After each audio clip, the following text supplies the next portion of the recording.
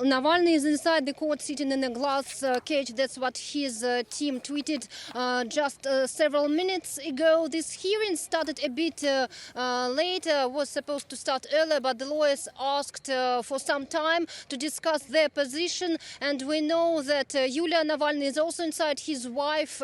She's not answering questions of journalists. It should be very hard for her at this moment. And she was detained during the last protest and fined. Representatives of several diplomatic missions of several embassies are also inside the court, and it provoked quite an ironic tweet of a state TV anchor, very famous anchor who conducts the show Moscow Kremlin, Putin, who said, but whose citizen is Navalny, taking into account the number of diplomatic cars next to this court. And as you see, this area is completely blocked. You can see police and riot police everywhere blocking all the streets, and Navalny's team urged for people to come today and to support Navalny, to protest. And we hear about several people being detained. Some Telegram channels say that it's dozens of people who are detained near this court today.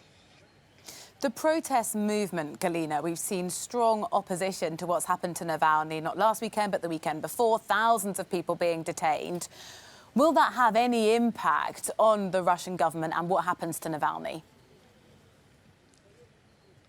Well, that's a very good question that everyone is asking right now. It is clear that thousands of people across Russia were furious about the arrest of Alexei Navalny and were ready to go on the streets knowing that they risk of being detained. Thousands of people were detained, and also there are still people behind bars for those protest actions. But the answer of the authorities was quite tough, and it got tougher during the second protest. The police was more violent. The Kremlin says that those protests are illegal. So some analysts say that the best option would be a house arrest. But at this moment, Alexei Navalny risks 3.5 years of prison. That's what the penitentiary service asks, to change the suspended sentence to a real prison term.